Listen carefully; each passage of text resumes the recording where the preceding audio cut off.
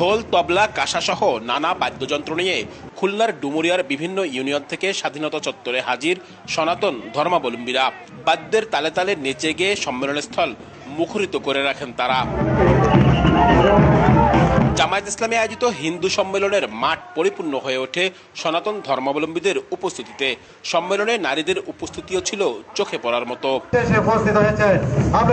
সম্মেলনে প্রধান অতিথি ছিলেন দলটির সেক্রেটারি জেনারেল অধ্যাপক মিয়া গোলাম পরোয়ার। ৫৪ বছরে হিন্দু ধর্মাবলম্বীদের রাজনৈতিকভাবে ব্যবহার করা হয়েছে।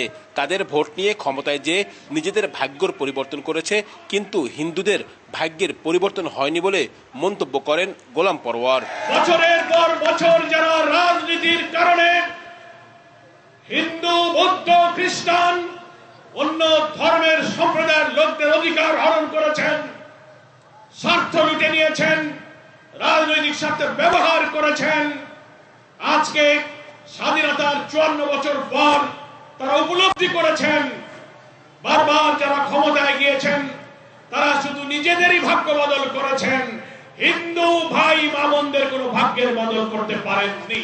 এদেশের মানুষ এখন পরিবর্তন চায়। লাঙল ধানের শীষ নৌকার শাসন দেখেছে, তবে দুর্নীতি থেকে দেশ মুক্ত হয়নি। তাই এবার পরিবর্তন চায়। জামায়াত সেক্রেটারির দাবি, দেশের বিভিন্ন বিশ্ববিদ্যালয়ের সংসদ নির্বাচনের ফলাফল বার্তা দেয় এদেশের মানুষ পরিবর্তন চায়।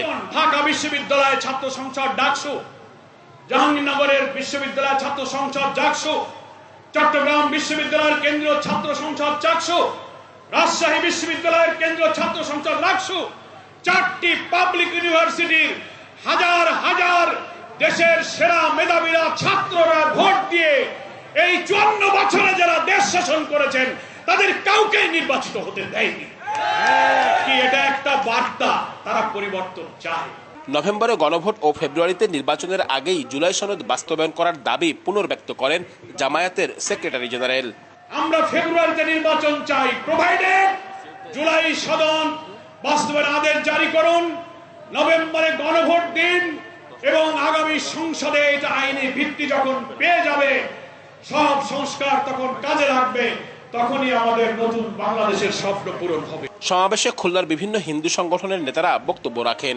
সমাবেশ শেষে স্বাধীনতা চত্বর থেকে একটি বর্ণাঢ্য র্যালি বের হয়।